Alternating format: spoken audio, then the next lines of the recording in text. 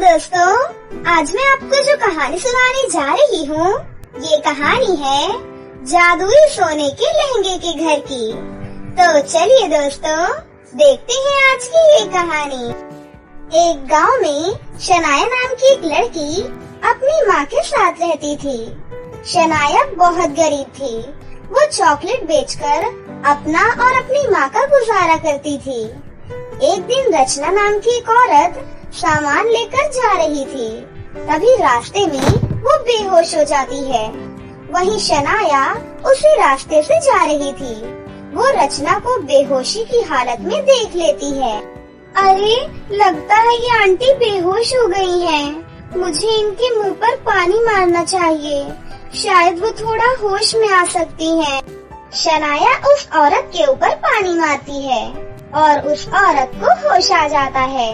तुम्हारा बहुत बहुत धन्यवाद बेटी, तुमने मेरी रक्षा की बेटी।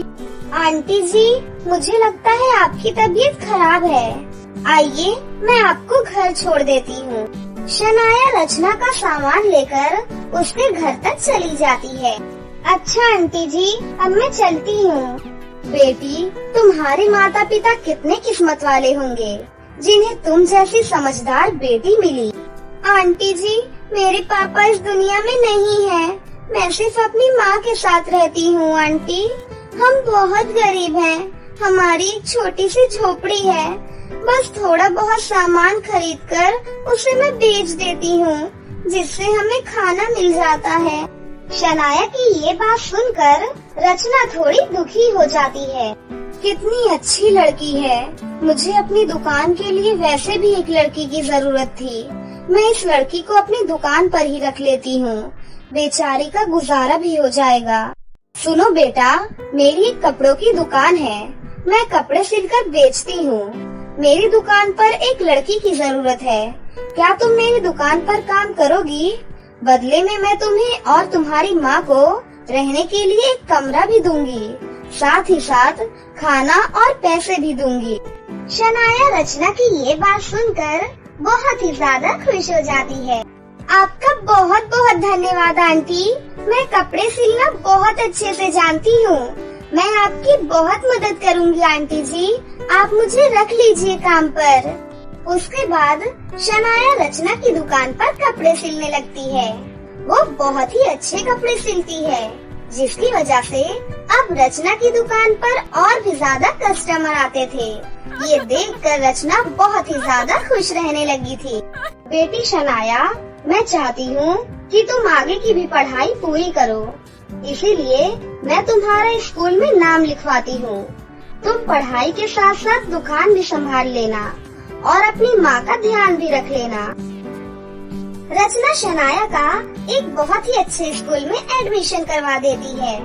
रचना की एक बेटी थी जिसका नाम करिश्मा था।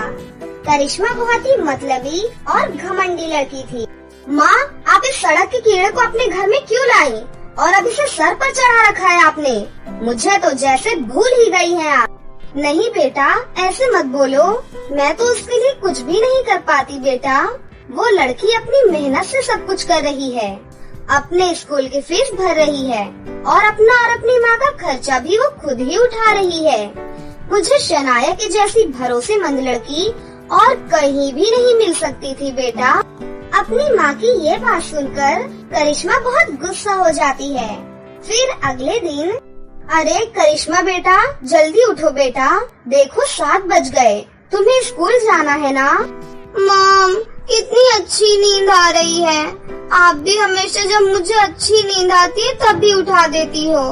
माँ, आज स्कूल में बिल्कुल भी पढ़ाई नहीं होगी, इसीलिए आज मैं स्कूल नहीं जाऊंगी। ये तुम कैसी बातें कर रही हो बेटा? चलो उठो जल्दी, फटाफट से तैयार हो जाओ। करिश्मा स्कूल के लिए तैयार होने लगती है। तभी वहाँ पर शनाया आ जाती है। अरे मालकिन, ये देखिए, मैंने सेठानी का लहंगा सिल दिया। अब मैं स्कूल जा रही हूँ मालकिन, बाकी का काम आकर करूँगी। सेठानी जी आए तो उन्हें आप ये लहंगा दे देना। इतना कहकर शनाया वहाँ से चली जाती है। कितनी अच्छी और कितनी प्यारी है ये बेटी। इसके पापा भी नहीं है, सिर्फ माँ ही है। फिर भी अपना काम इतने अच्छे से कर लेती है। इसकी माँ ने इसकी कितनी अच्छी परवरिश की है।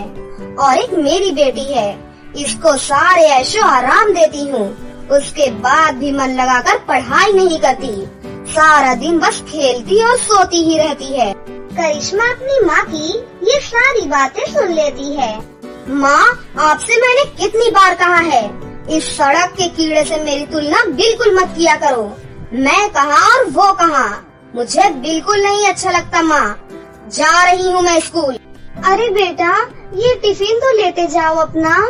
नहीं खाना मुझे उस गरीब के हाथ का खाना। घर का खाना खा खा कर मैं थक गई हूँ। कोई घर में अच्छा खाना ही नहीं बनाता आजकल। गुस्से में करिश्मा वहाँ से चली जाती है। स्कूल के ब्रेक में सभी बच्चे खेल रहे थे। तभी शनाया वहाँ बैठकर पढ़ाई कर रही थी। तभी करिश्मा उसके पास आती है। अरे शनाया, तू यहाँ क्या कर रही है? पढ़ाई लिखाई करके क्या ही कर लेगी तू? बड़ी होकर तो तुझे नौकरानी ही बनना है ना, और नौकरानी बनने के लिए पढ़ाई लिखाई की जरूरत नहीं होती। चल मेरे साथ, चलकर खेलते हैं। करिश्मा, तुम खेल लो, मेरा खेलने का बिल्कुल भी मन नहीं है। मेरी पढ़ाई अभी बाकी है, पहले मैं मेरी पढ़ाई पूरी कर लूँ, फिर मैं उसके बाद आ जाऊंगी। गुस्से में करिश्मा वहाँ से चली जाती है। कुछ दिनों बाद स्कूल में एग्जाम होते हैं और एग्जाम के बाद रिजल्ट आता है। शनाया खुशी खुशी रचना के पास जाती है। मालकिन, ये देखिए मालकिन, मैं पूरे स्कूल में फर्स्ट आई हूँ। अरे वाह मेरी गुड़िया, तूने तो कमाल कर दिया बेटी। तभी थोड़ी देर बाद वहाँ करिश्मा आती है। अरे करिश्मा बेटा, ला रिजल्ट दिखा अपना। करिश्मा रचना को अपना रिजल्ट देती है। करिश्मा का रिजल्ट देखकर रचना को गुस्सा आ जाता है और उससे खींचकर एक चाटा मारती है। नालायक लड़की, मंद बुद्धि, मैं तेरी हर ख्वाहिश पूरी करती हूँ। तुझे जो चाहिए तेरे कहने से पहले मैं ला कर देती हूँ। घर का तुझसे एक काम नहीं करवाती, उसके बाद भी तू पढ़ाई नहीं करती है। इस बेचारी शनाया को देख, घर का पूरा काम करती है, सिलाई भी करती है, उसके बाद भी पूरे स्कूल में ये लड़की फर्स्ट आई है। मॉम, मैंने कितनी बार कहा है आपसे, मेरी तुलना इस कीचड़ के साथ मत किया करो। गुस्से में करिश्मा वहाँ से चली जाती है। इस शनाया की बच्ची का तो कुछ न कुछ करना ही होगा, आजकल ये कुछ ज्यादा ही फड़फड़ा रही है। एक दिन रचना शनाया से कहती है, सुनो बेटा, आज काम बहुत ज्यादा आया हुआ है, सारा काम अच्छे से कर लेना, मैं बाजार जाकर आती हूँ बेटा। ठीक है मालकिन, आप बिल्कुल चिंता न करें, मैं सब कुछ संभाल लूंगी। उसके बाद रचना बाजार चली जाती है। ये हुई न बात, अब इस शनाया की बच्ची को मैं इस घर से निकाल कर ही रहूंगी। उसके बाद करिश्मा शनाया के लिए पानी लेकर आती है। शनाया, बहुत ज्यादा गर्मी हो रही है ना, तुम एक काम करो, ये पानी पी लो, तुम्हें बहुत प्यास लगी होगी ना। शनाया वो पानी पी लेती है और वो पानी पीते ही उसे नींद आ जाती है। अरे मुझे नींद क्यों आ रही है? क्या तुम्हें नींद आ रही है? एक काम करो, तुम जाकर सो जाओ, दुकान मैं देख लूंगी। शनाया अंदर जाकर सो जाती है।